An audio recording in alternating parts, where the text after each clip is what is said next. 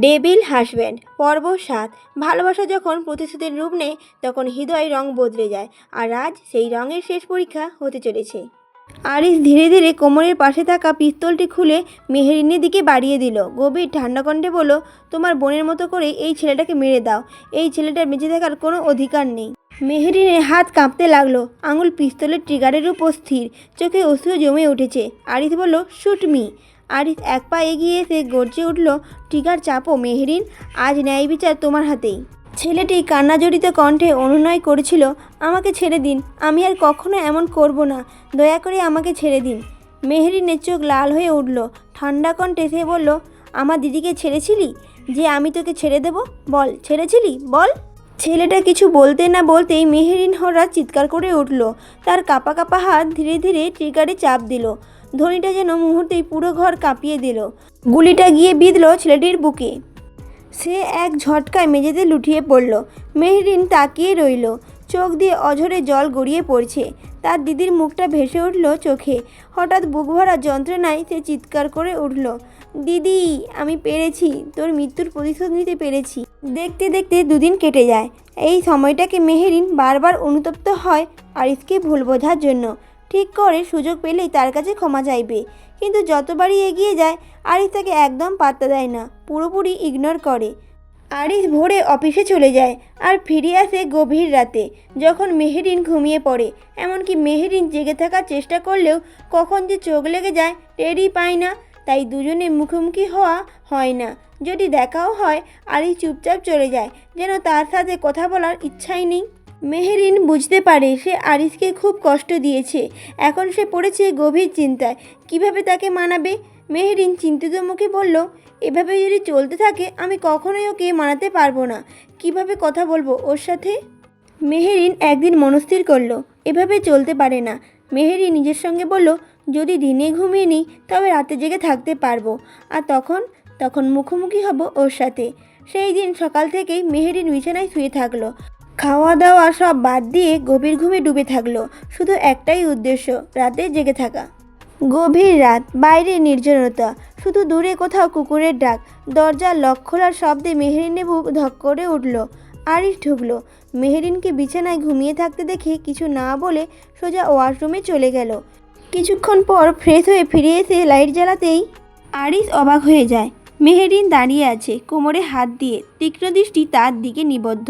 আরিস একবার তাকিয়ে আবার স্বাভাবিক ভঙ্গিতে নিজের শার্ট গুছাতে লাগলো, যেন কিছুই হয়নি। মেহেরিন রেগে গিয়ে বলল, কী সমস্যা তোমার আরিস? এভাবে ইগনোর করার মানে কি? হ্যাঁ, মানছি আমি ভুল করেছি, তাই বলে কতদিন এই শাস্তি দেবে? আরিস নীরব। মেহেরিন চোখ ভিজে আসলো। আমি অনুতপ্ত আমার কাজের জন্য। বলো, কিভাবে তোমার কাছে ক্ষমা চাইতে পারি যাতে তুমি আমাকে ক্ষমা করো? আরিস কিছু না বলে পাশ কাটিয়ে চলে যেতে লাগলো। মেহেরিন তাড়াতাড়ি তার সামনে গিয়ে দাঁড়ালো। মেহেরিন বলল, তুমি কিছু বলবে না? আর কতদিন এইভাবে চলবে? প্লিজ আমাকে ক্ষমা করো আরিস, আমি আর কোনোদিনও এরকম করব না, প্রমিস। আরিস এবার থামলো, চোখে এক ধরনের কঠিন দৃষ্টি। আরিস বলল, কি করবে না মেহেরিন? আমাকে মারবে না? না আমাকে মারার প্ল্যান করবে না? এ কথা শুনে মেহেরিন মাথা নিচু হয়ে গেল, কণ্ঠ কেঁপে উঠল। মেহেরিন ধীরে ধীরে, আমি আর কোনোদিনও এরকম করব না, প্লিজ আমাকে এবারের মতো ক্ষমা করে দাও। তার গলা ভেঙে কান্নায় বেরিয়ে এলো, অশ্রু গড়িয়ে পড়ল গাল বেয়ে।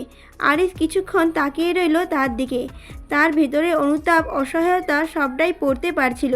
ধীরে ধীরে হাত বাড়িয়ে মেহেরিনের কাঁধে রাখলো। মেহেরিন অবাক হয়ে তাকালো। আরিস নরম সুরে বলল, তুমি আমার সত্যিই কষ্ট দিয়েছিলে মেহেরিন, কিন্তু মনে হয় এবার তোমার চোখের জল আমাকে বিশ্বাস করাচ্ছে। মেহেরিন দ্রুত মাথা নাড়ল। মেহেরিন বলল, আমি প্রতিশ্রুতি দিচ্ছি এবার থেকে শুধু তোমারই হব। আরিস ধীরে ধীরে তাকে বুকে জড়িয়ে ধরল। সেই মুহূর্তে সব অভিমান, ভুল বোঝাবুঝি, কষ্ট যেন মিলিয়ে গেল। 5 বছর পর। 5 বছর কেটে গেছে। সময় বদলে দিয়েছে অনেক কিছু। অভিমান, ভুল বোঝাবুঝি, তিক্ততা সব যেন ধুয়ে গেছে ভালোবাসার স্রোতে। মেহেরিন আর আরিস এখন এক পরিপূর্ণ সংসারের মালিক। তাদের জীবনে এসেছে দুটো ছোট সুখের খনি, একটি 7 বছরের ছেলে আর একটি 5 বছরের মেয়ে। দুপুরে রোদের উঠোনে খেলছিল ছোট্ট মেয়েটি, হাতে রঙিন বল, মুখে হাসি। হঠাৎ দৌড়ের মধ্যে হোঁচট খেয়ে পড়ে গেল মাটিতে। ছোট্ট মেয়েটি কাঁদতে লাগলো। তখনই কোথা থেকে ছুটে এলো তার ভাই, 2 বছরের বড়। সে দ্রুত বোনটাকেই তুলল, ধুলো ঝাড়ল, কপালে হাত বুলিয়ে দিল। ছোট্ট ভাইটি বলল, আরে কিছু হয়নি, কাঁদিস না, আমি আছি তো। ঘরের ভেতর থেকে মেহেরিন বেরিয়ে এলেন। দৃশ্য দেখে ভ্রু কুঁচকালেন। মেহেরিন বলল, এই মেয়েটা, তুমি দিন দিন বড্ড পাজি হয়ে যাচ্ছ। এভাবে দৌড়াদৌড়ি করলে তো পড়ে যাবেই, তাই না? মেয়েটি কান্না থামাতে থামাতে মায়ের দিকে তাকালো। মেহেরিন বকতে বকতে তাকে কোলে তুলে নিলেন আর ছেলের হাত ধরলেন। তিনজন ধীরে ধীরে ভিতরে যাওয়ার প্রস্তুতি নিচ্ছিলেন। তখনই গেটের সামনে এসে থামলো একটি কালো গাড়ি। তিনজনই পিছন ফিরে তাকালেন। গাড়ি থেকে নামলো লম্বা সুঠাম চেহারার এক ব্যক্তি। সে আর কেউ নয়, আরিফ। মেয়েটির সঙ্গে সঙ্গে আনন্দে চিৎকার করলো। ছোট্ট মেয়েটি বলল, পাপা পাপা। সে হাত নেড়ে ছুটে যেতে লাগলো, কিন্তু মেহেরিনে করে থাকার কারণে কেবল নাচতে লাগলো আনন্দে। আরিফ কাছে আসতেই মেয়েটি কোল থেকে ঝাঁপিয়ে তার বাবার কোল উঠতে চাইলো। ছোট্ট মেয়েটি অভিযোগ ভরা গলায় বলল, পাপা, মামি আমাকে বকেছে। আরিফ নাটকীয়ভাবে চোখ বড় করলো। আরিফ বলল, কি, আমার কিউট মেয়েকে বকেছ? মেহেরিন, দেখো, আমার মেয়েকে কেউ বকা দেয় না। মেহেরিন ঠোঁট বাঁকিয়ে বললেন, হ্যাঁ হ্যাঁ, যেমন বাবা তেমন মেয়ে, একদম আদুরে। আরিফ মেয়েকে কোলে নিয়ে হেসে হেসে ঘরে ঢুকে গেল। পেছনে ছেলের হাত ধরে মেহেরিনও হাসতে হাসতে ভেতরে এলেন। ঘরের ভেতর ভরে উঠল হাসির শব্দ, ছোট ছোট খুনসুটি আর ভালোবাসার আবহে।